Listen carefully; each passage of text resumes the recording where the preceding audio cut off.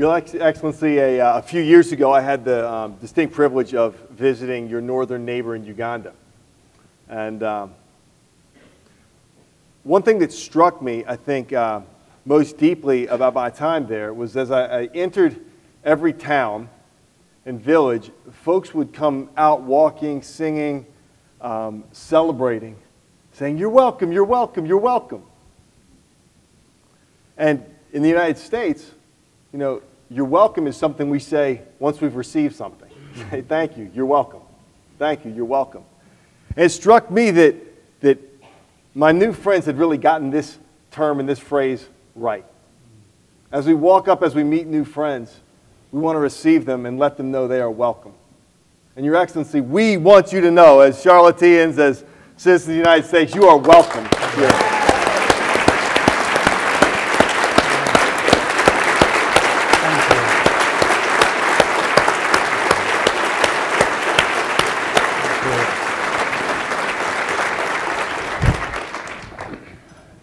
And now I will do my best to speak very little and give you the opportunity to share what's on your heart, to share your story that I think we are all so eager to hear. So if you would, in your own words, please share the story of Rwanda and what it's walked through as far back as you would like. And I think what many of us would love to hear from you as a leader as well, because we tried to fill this room with leaders, men and women of impact, who could receive your words and go out and multiply the impact and effect of them. So talking through your personal journey of leadership as the events in Rwanda have unfolded over the last decades would be something I think would be a great gift to all of us. Well, thank you, Casey, and I wish to thank Tim Scott, Senator, and Andy, my friend, and the distinguished ladies and gentlemen here in the audience for a warm welcome you've extended to me and my delegation, and for giving us this time to have a conversation with you. In fact, when Andy was making the introduction, first I thought maybe there would be some level of confusion when he talked about Uganda and then Rwanda. Sometimes people confuse, and in fact, because I have also lived and grown up in both countries, it's not clear which one I belong to. Sometimes they think, some think I'm the president of Uganda, others think I'm the president of Rwanda. So I want to make it clear, I'm the president of Rwanda, and that's why I grew up as,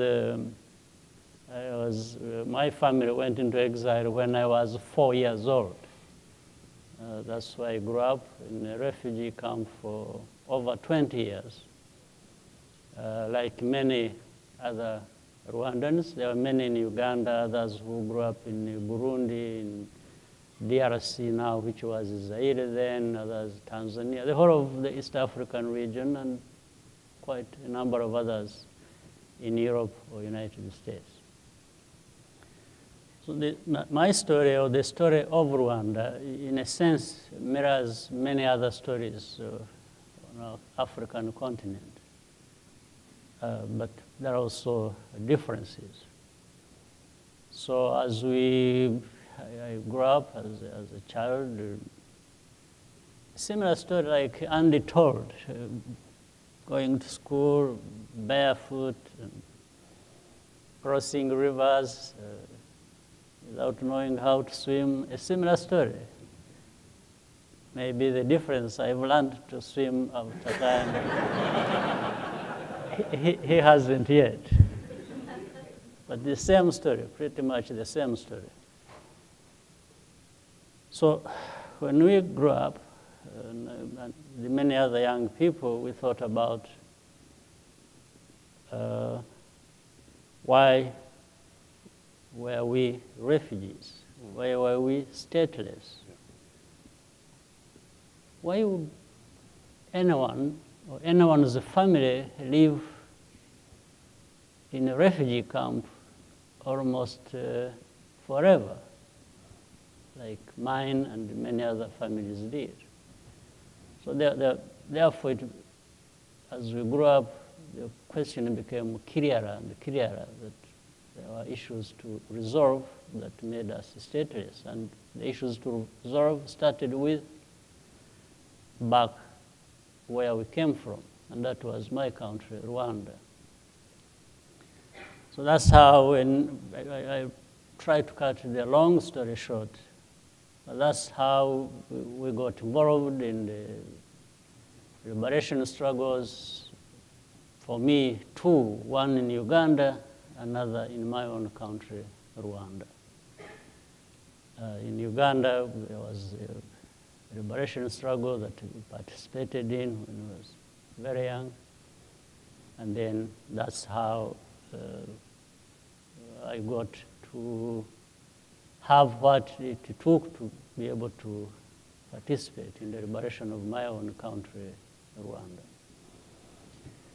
And this was long before the genocide that took place in my country.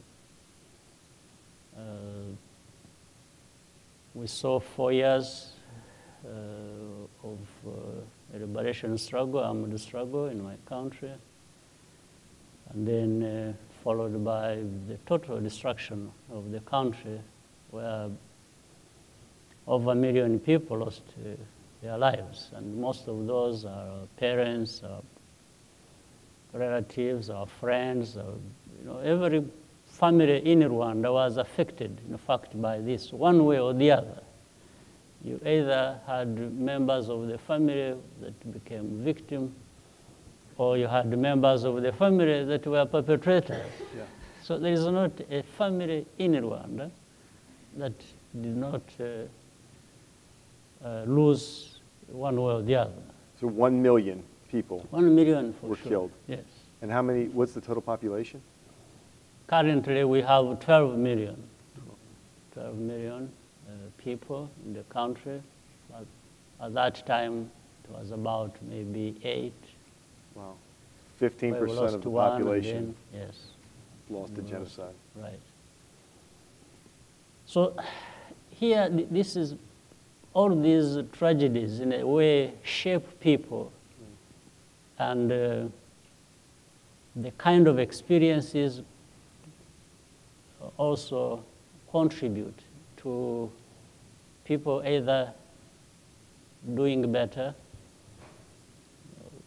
working harder in trying to address the challenges that people face on a daily basis. So in these tragedies, there are silver linings that you find, that people emerge, and the aspiration is for a much better future than they have witnessed or experienced or have heard about.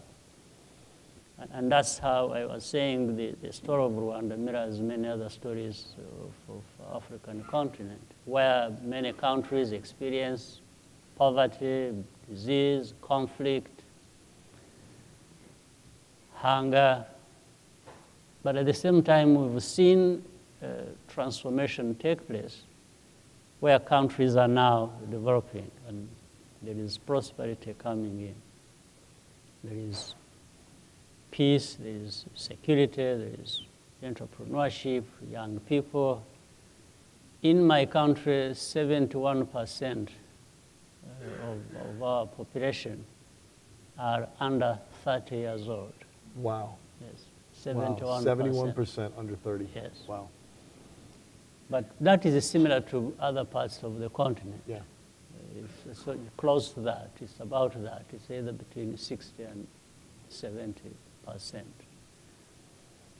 So in the whole process, everyone is looking for what is it that we can do to uplift ourselves, to take our countries to a higher level, meaning the whole continent is like Rwanda, or Rwanda is like the whole continent is. So we want to work together. There's more integration. We are talking about creating common markets. We are talking about working together so that we can, if you will, catch up with other regions of the world where there are developed countries, countries merging and moving towards development. So that's the struggle countries. And we don't allow ourselves to get lost in our history, in our tragedies. Because if you do that, then that's where you stay. Yeah, yeah. So what we have tried to do is to make sure that, yes, we have learned lessons with these tragedies, but the lessons should be able to inform us as to how we shape our future. And that has also taught people to value not only themselves, but others. In Rwanda, we cannot work toward prosperity leaving anyone behind. Then it doesn't make sense.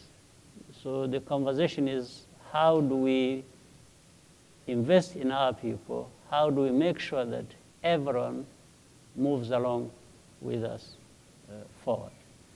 That speaks to the kinds of investments we have made in education, in health, in making sure that there is participation in politics, in governance, in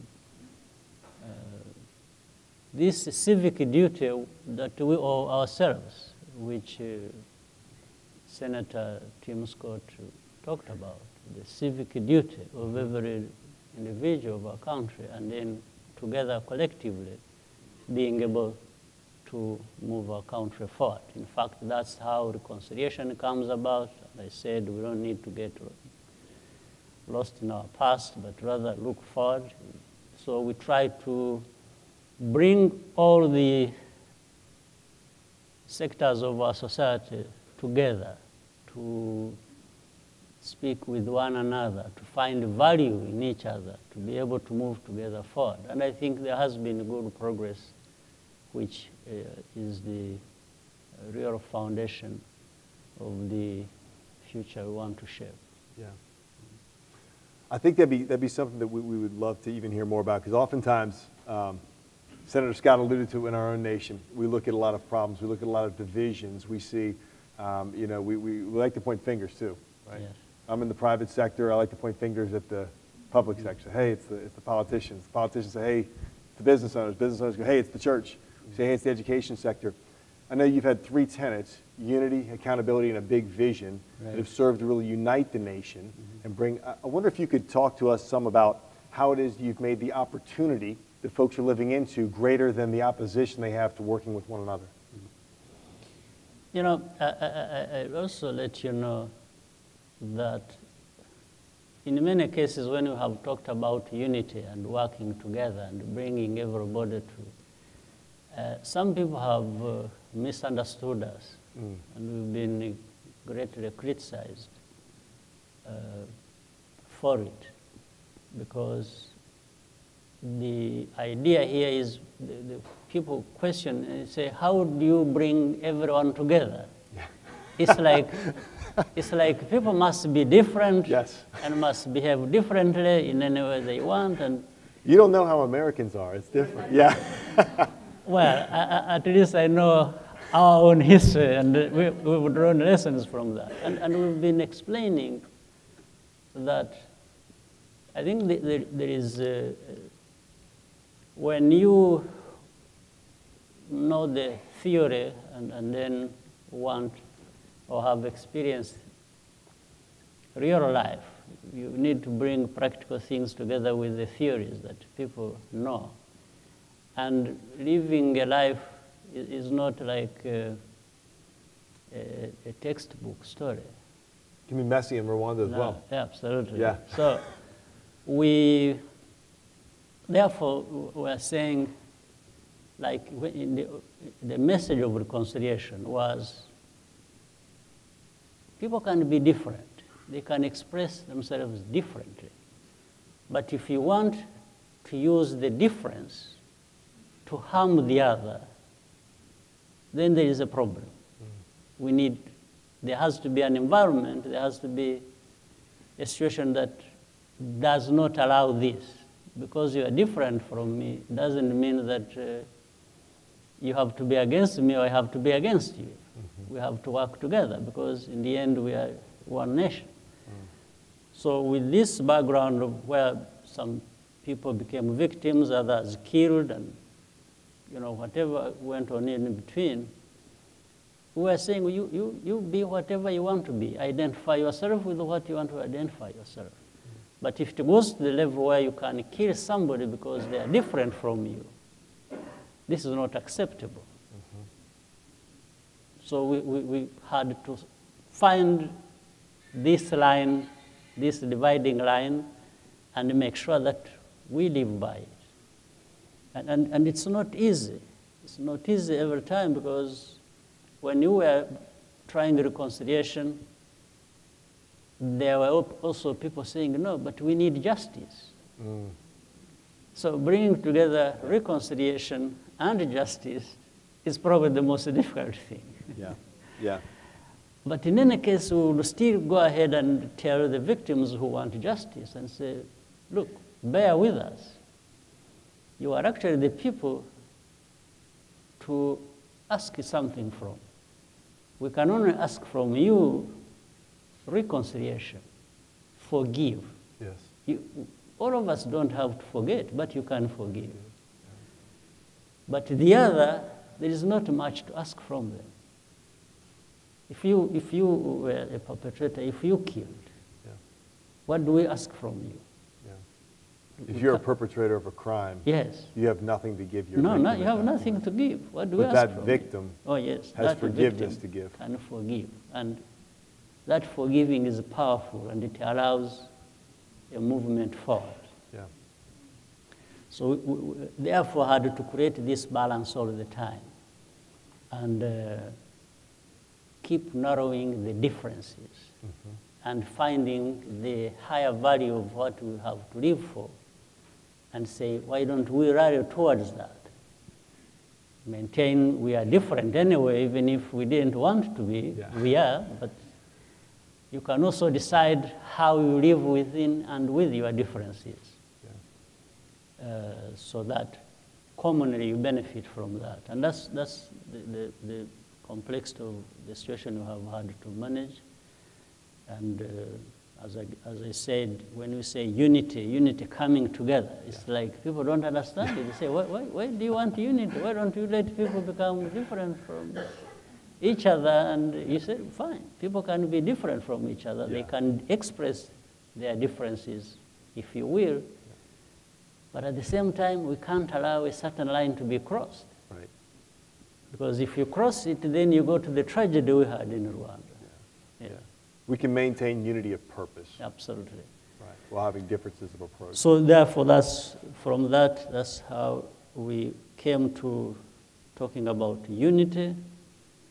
But of course, unity with accountability. And then what else do we do after that? We have to think of how do we prepare ourselves, our nation, forward as fast as we can, and be where others are. When we look at developed countries, look at here in the United States, we ask ourselves, they say, why can't we be like United States? Oh, please be better. Please be better. No, the people. Whatever you may blame yourselves for, maybe it's politics, but it's not the people. So people, later on, how they decide to manage themselves, that's a different issue, but they have achieved this level of development that everyone wants to aspire to. That's what I'm talking about. Your vision of unity and accountability are fabulous, but what they provide for, I think, is what gets me most excited, and probably many of the men and women in this room most excited, which is a big vision and a big dream. Right. I love about Rwanda that you're not the largest nation in Africa. that fair? Right. There are nations with many more people, Absolutely. larger economies, more territory. Yep. Yet, you're setting a standard and a standard of excellence and leading the way in now one of the largest continents in the world. Right. I think for those of us that call Charlotte home, we see some parallels we hope maybe for that we could live up to. And while we might not be the largest city in America, while we might not have the most That's right. folks, the most territory, we might not be the one that foreign dignitaries visit the most often, we have an opportunity. We have an opportunity if we commit to unity of purpose, if we commit to accountability with one another, and then we have a big vision for what that could mean for our nation, to see a city really come together Right. to transform the experience of all people. Because I love what you said, that man, we say sometimes as the tide rises, all the ships in the harbor rise with it. Right? As the tide comes in, all the ships rise. And what I heard you say is, hey, in Rwanda, man, as we have success, everyone needs to be included Right. in that success and lifted up. I wonder if you could share some about your big vision for Rwanda today. Well, Where do you see Rwanda going forward? I'll share with you this. There is, for example, in the area of doing business, there is an index that was created by the World Bank in 2004, ease of doing business across the world. Around the world. We started as number 150, meaning Rwanda. Number 150 in the world, meaning among the last. Yeah. Then today, we are number 29 in the world. Yeah.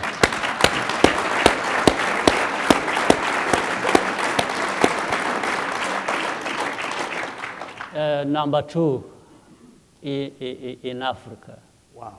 Number 2 in Wow. Africa, number 29 in the world. Wow. In fact, in the world, as the fastest reforming country in the world, we are number 1. Wow. So, as you rightly said, we are not anywhere near to being one of the biggest countries you could think of. Yeah. Absolutely not. We are a very small, landlocked country in the heart of Africa, 12 million people, with all the complicated history that we are talking about. So this can only come out of looking beyond your size, your location, and saying what is it in terms of values, what is it that is going to drive us, that is going to raise us to the level where we want to be. And that is the choice we made. In fact, I've told people so several times that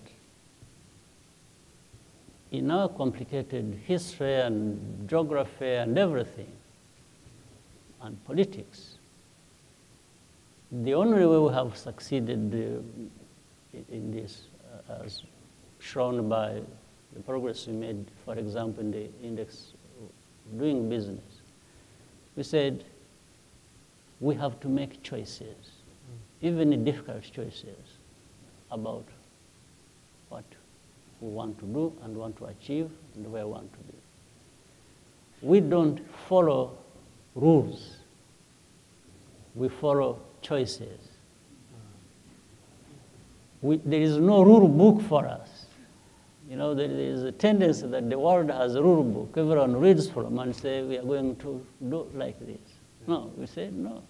For us, we have the freedom to make the choices. You can read the rule book, you can do whatever you want, but we finally make the choices. Which way do we want to go? How do we go there? How do we bring everyone to come around these choices? And then if things work for us, we gain from that, we celebrate, we are happy, we move on. If they don't work for us, we don't blame anybody. We just look back and say, where did we get it wrong? How can we correct it? And so that we don't make other people's mistakes in the end, because we have had this kind of relationships in the world, where people come and dictate to you what you must do. Yeah. In the end, when things go wrong, it's you. It's not them. Even if you actually did what they told you to do, Yeah. they'll be the ones to turn around and blame you for it. Yeah. So these are lessons we have learned through these hardships, and so we keep going forward on that. Keep a posture of learning. Keep innovating. Yeah. Throw out the rules. Yeah. I like that one a lot. So women... Can I use that at my house? Yeah. Women in our country, 52% of our population, they stand at 61, 62 now % of our parliamentarians. Yeah. The parliament is 62% women. 62. Yeah. Come on, women. Come on. Thank you, Pamela Powell. Another woman in the audience, stand up. I think my wife was standing up with her. We have 50% of our cabinet, the ministers. Yes. The cabinet ministers are women, 50%. Yeah. We have 44% in the judiciary, in the system. 44%. 44%. Yes. I want to make sure you guys are catching all these stats, because there's been some clapping, but you could do a little more justice. This was 62% of parliamentarians, yes, women. Yes. 50% of his cabinet, women. And 42% of judicial officials in the nation. Yes. 44? Yes. Thank you, Harvard. Thank you. I was with Tim. So we can go on and on and on, but what I'm trying to say is that while people are struggling to give justice to our societies, when it comes to women, and we find in most cases are marginalized. This is one area we also concentrated on and made sure that they are part and parcel of the whole society as we move forward. And by the way, they have equal pay. Equal pay. For Equal pay. There you go. There you go. Come on. Thank you, Mayor. Thank you.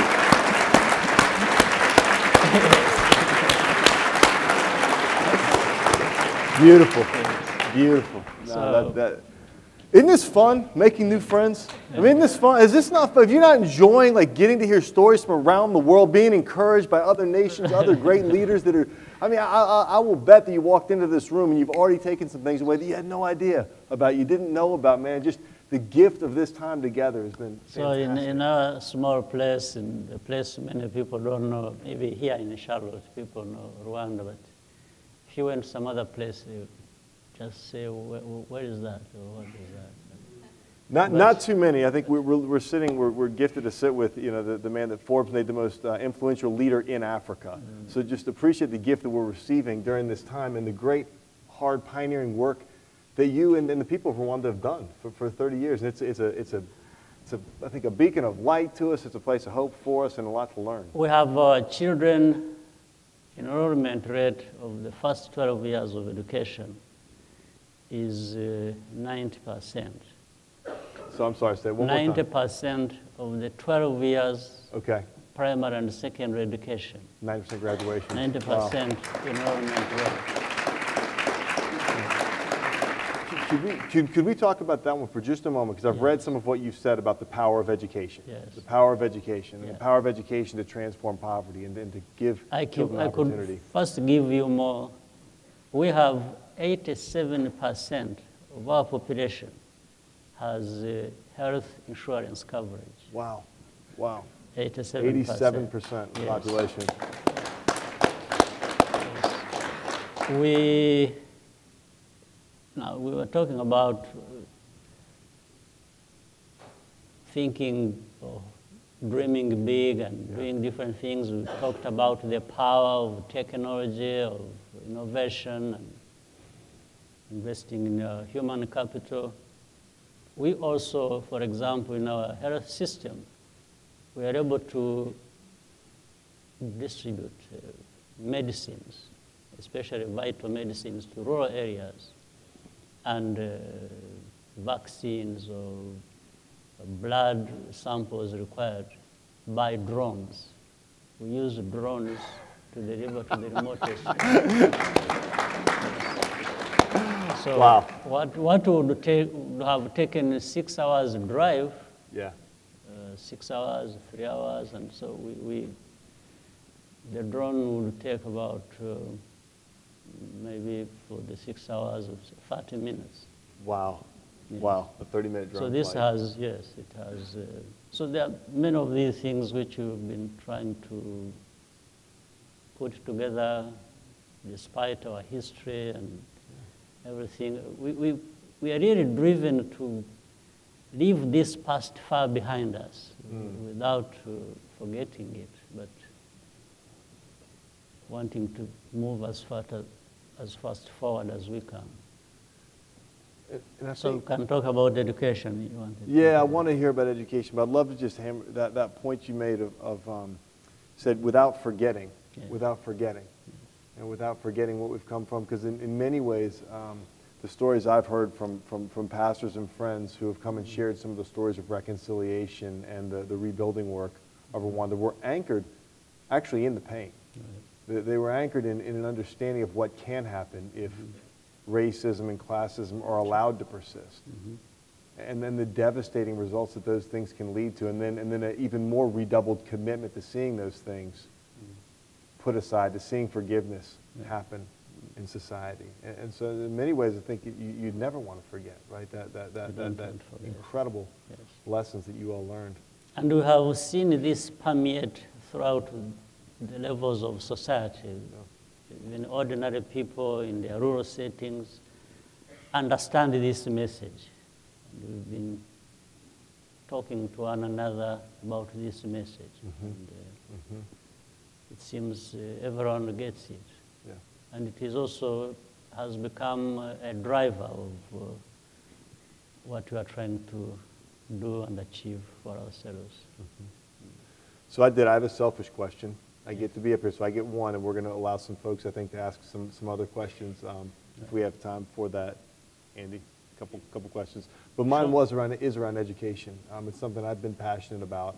And in the U.S., look at the education of the school as an institution in our society that actually provides a pathway, an on-ramp into opportunity for children that are born into poverty. And so we've been very active in trying to think through how to bring educational opportunities to children born into poverty in the United States. I've read some of what you've written about the importance of education, of helping lift children and actually just kind of create generational opportunity in Rwanda. Would you share some of your perspectives on the importance of education and the role it's played in this story? Well, education is the most important investment we can make in our people, as is very clear, I think, to everyone. Like in our case, Rwanda, we aren't as much endowed with the natural resources or some of the things big countries have. But we've focused on what we know is our main asset, our main resource, that is our people. So education is even more important in this sense, that when you have equipped somebody with education, that tool takes this person anywhere they want to go. And therefore, you imagine from the person to a nation, it's the same thing. It takes the nation wherever it wants to be, just with the investment in education. But of course, with education alone, I mean, you need people with good health. So that's why for us, in fact, between education and health, this share about 30% of our national budget. Healthcare and education. Yes, 30%. 30%. Wow. So every year, year in, year out. So this is how we value education. So with education, you don't go wrong. It's an investment that doesn't go wrong. Investment in people. Absolutely. There's no question about it. Fabulous. Yeah. Well, I think we're going to give the audience the gift of some questions. So, Andy, start us off. Hi, my name is Allison Shigo, and I actually had the privilege of being in Rwanda in 2008. I worked on a film called Women, Power, and Politics, and I fell in love with your country. It's absolutely beautiful, and I also, like you said, really fell in love with the women there, who are doing so much and have come against such odds and really have lost their entire families, and yet had the conviction and strength to serve and to want to be part of rebuilding the country. I was also very impressed by the women in business. So many women that ended up starting their own businesses or taking over businesses after they lost their husbands. And so my question is, in terms of investment and economic growth in Rwanda, where do you see the greatest opportunity for women and women business owners? Yeah, thank you. Well, for women, the way we have been approaching it, which we thought was fair enough, is first of all, we concentrate on making sure that these gaps that have been there in the past between men and women are narrowed. But as we do that, we also want to create, to invest in our society as a whole and stop this whole thing of investing in women alone or investing in men alone. We just narrow the gap and then allow every Rwandan to move forward. So in the programs that have been there to encourage women to go into business and even support them, there are women organizations that are local to our situation. So they have been getting access to capital for them to be able to do different things as they wish, in as far as filling this gap also is concerned. And then there is the whole umbrella where we want to facilitate every Rwandan to be able to do business, not just putting all the resources or concentrating on women alone. But the initial effort of investing in their education, women education, and again, education generally, keeps helping us to narrow this gap and then having to realize everyone being able to move forward. Like we have created business development centers across the whole country by district. These business development centers are aimed at developing business people, men or women or entrepreneurs, and sharing ideas with them how they can improve on their businesses or how they can start businesses and so on. And this, now women have access to that. Initially, women did not have access to anything. They didn't have access to capital, they didn't have access to education, they didn't have access to all these other programs that were there. So we've been simply concentrating on one, eliminating these gaps, two, then are going together forward.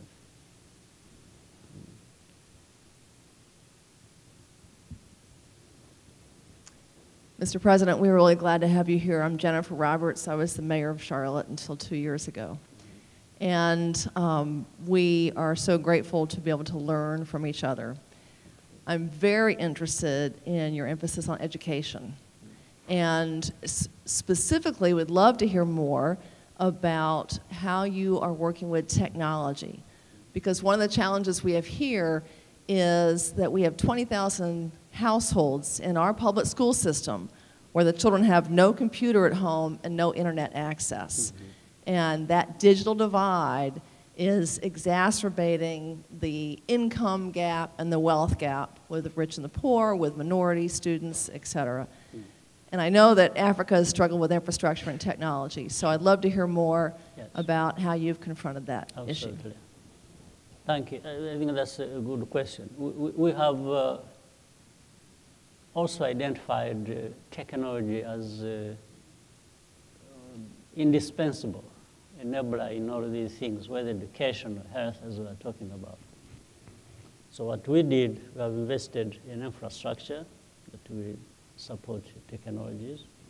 For example, in our country, we have laid fiber, about 4,000 kilometers length of fiber across the country to districts, to then later on to homes and other premises. The second, about close to 15 years ago now, close to 15 years, we invested with somebody, Professor Negroponte of MIT. We worked with him. He had developed a computer, a laptop, rugged and, that has many applications to it that would help kids learn computers. And we had a project called One Laptop Per Child.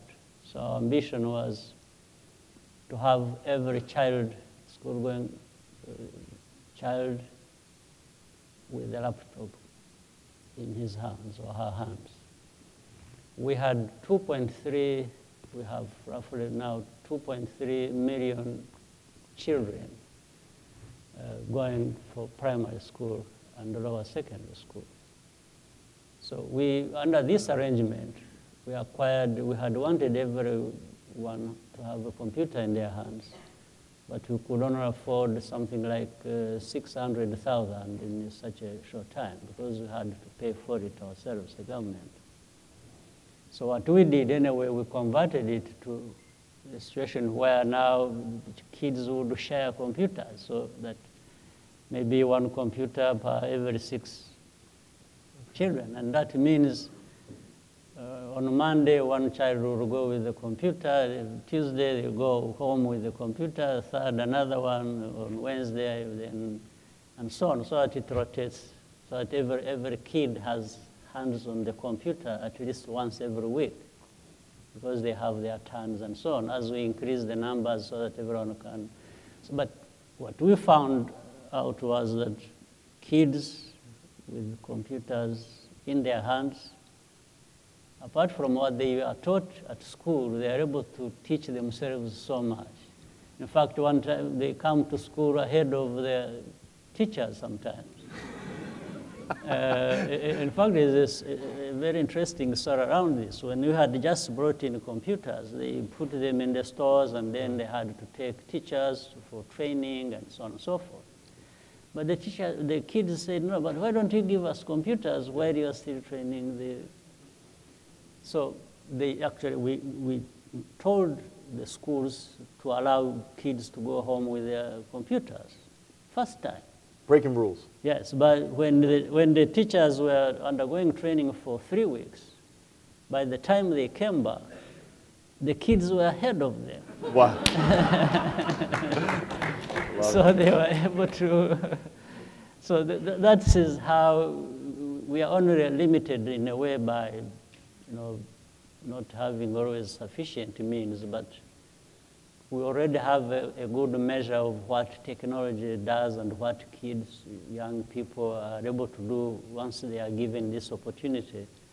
It's self-evident, and we just keep trying to do more and better and move on. Fabulous.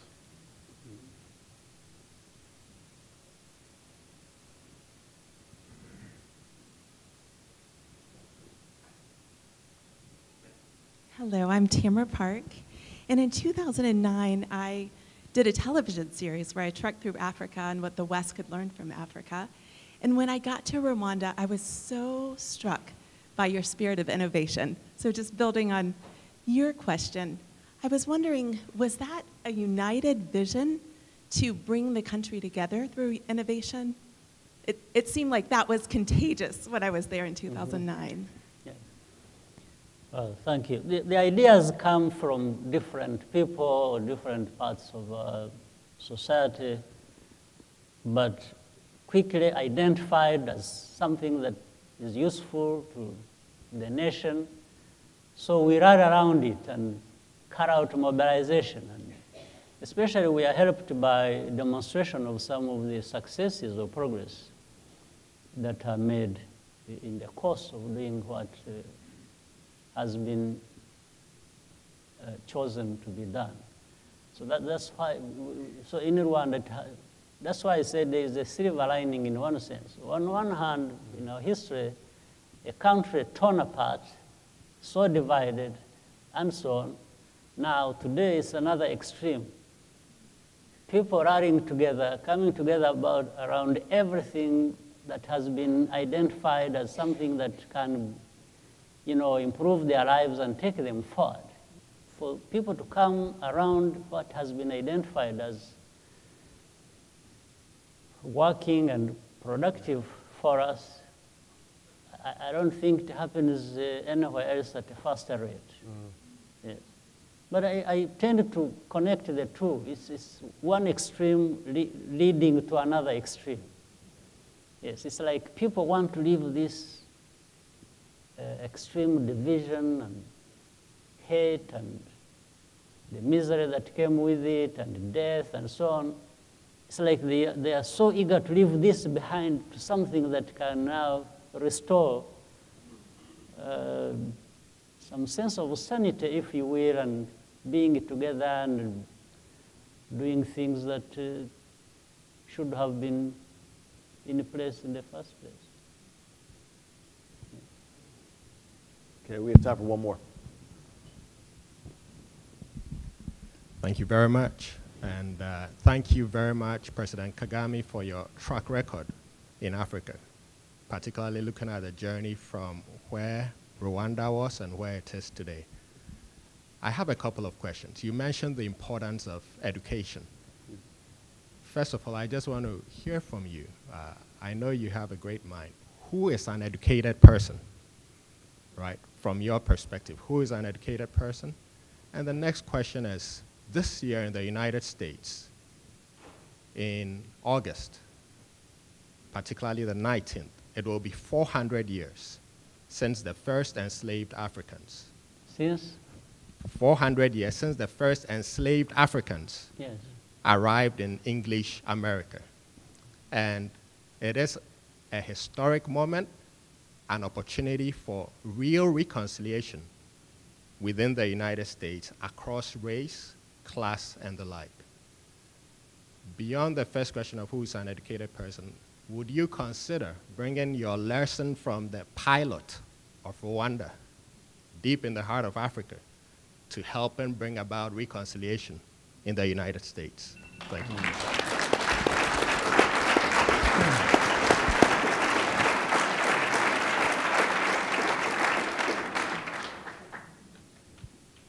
There are two parts of education, if I may attempt to answer your question. One part is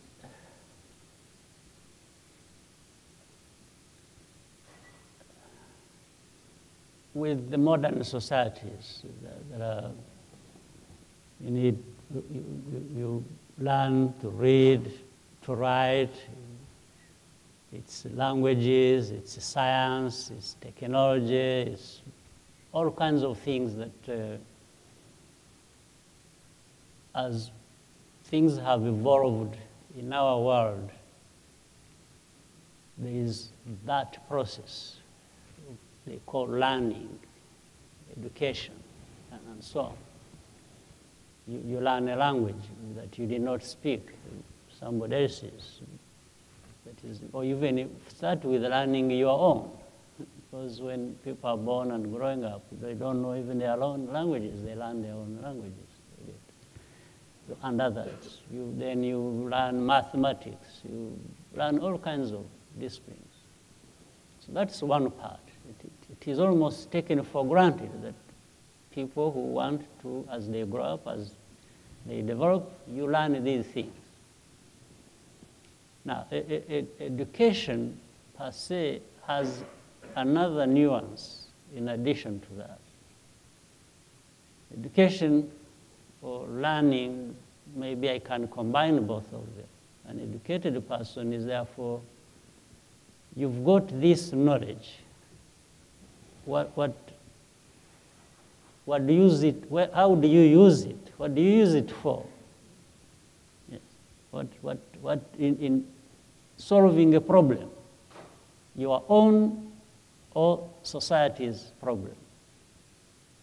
So there are these two parts, therefore, in my view. The educated person is the one who has had the traditional school process, but at the same time, how do you transition from that to making a good use of it? And they add good use of it. Yes, then you are educated. This is what I see as an educated person. Maybe that is the best I can say about it. Now, for the other part, you know, in many ways, reconciliation, or, as I said, there are many problems across the world, and unfortunately, we have had our fair share of problems in the world, meaning Rwanda.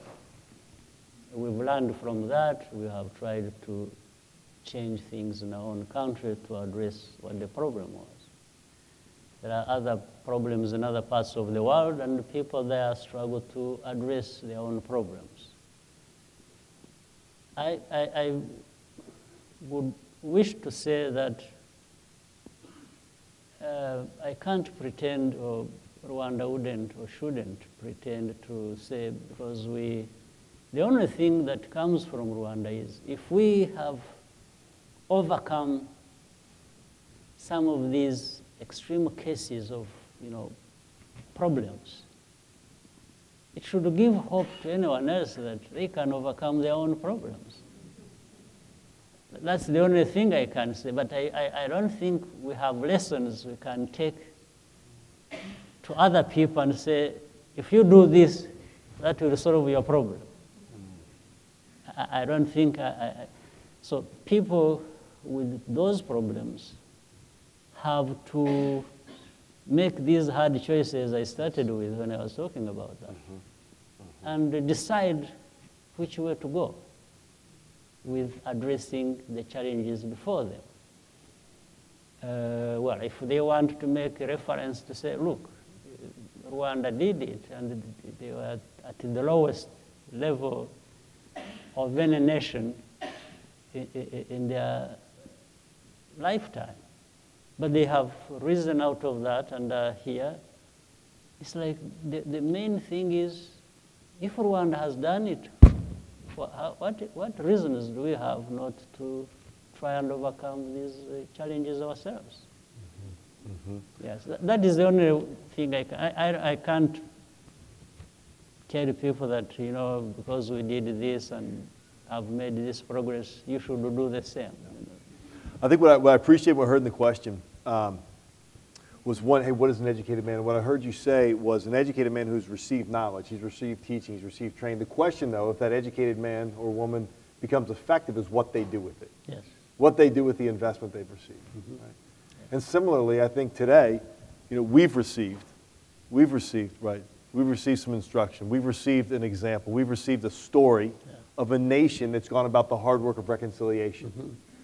You know, the question for us as we do remember the past, right, because we need to be anchored in the truth of the past and have clarity on it. As we do remember the past, what are we going to do with these great lessons we've learned?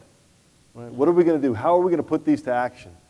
How are we going to steward this investment that you've made in us today? Absolutely. Right? So I don't think you want to be alone. I don't think you want to be the only nation that's pursuing innovation. Absolutely the only nation that's lifting up women in power. The only nation that's leading the way in prosperity and innovation. You don't want to be alone in this. Absolutely. That's why, in fact, we share our own experiences with all the African countries. Yes. Yes, we across. In fact, recently I have had the opportunity to lead the African Union. That's about 55 countries. I have been the chairman of that organization, the African Union, for 12 months. And throughout the 12 months, my message was just as we were discussing here. It's like Rwanda is part of you. Yeah, you and you are us as Africans. This is what we went through. Well, even before you tell them, they tell you because they know that. And they want to say, how have you come from here to this point? And we tell them the story. The only thing is to tell the story and say, this is how we did it. It may work for you, it may not work for you the same way, but certainly there are certain things, at least in terms of mindset, in terms of a mentality that is developed, and the choices you make, and the lessons learned, anybody can solve their problems. But nobody is going to come to address your problem. Yeah. No. Yeah. It doesn't, you can even, we have had this experience and we tell our friends and partners, we say, sometimes they have come with lessons to teach us how to, and we've humbly told them we appreciate we appreciate your support and your sympathy and willing to be with us, but this life here lived by these Rwandans, they can only be the ones to lead the way in addressing it. Yeah. The rest will just be help, support, sympathy, and but you don't want to replace anybody in addressing their own problems. Yeah. You can't substitute. Don't rob them of that No. gift to address them. Yeah, and the dignity found therein. Now Rwanda is a nation that's looked up to around the world as an example of what it looks like to create all these attributes that we would love to have, whereas 3 decades ago that wasn't the case. But you weren't robbed of it, it was done yourself. Absolutely. We can only share ideas, experiences, but when it comes to doing what makes the difference, it's you to do it. Yeah. Yes. Well, Your Excellency, as you said to the African Union that Rwanda is part of you, I would say to you, hey, Rwanda is part of us.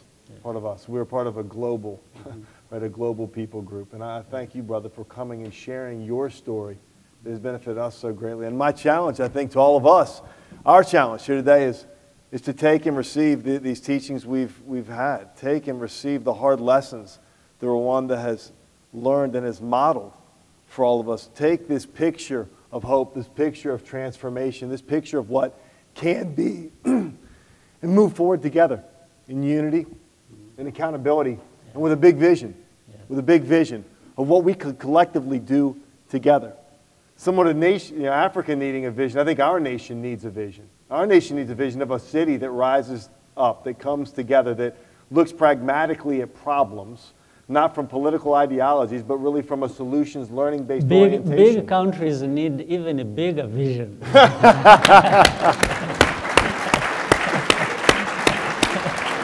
Charlotte, please join me in thanking His Excellency President Paul Kagame, Rwanda. Thank you. Thank you. Thank you. It was a pleasure.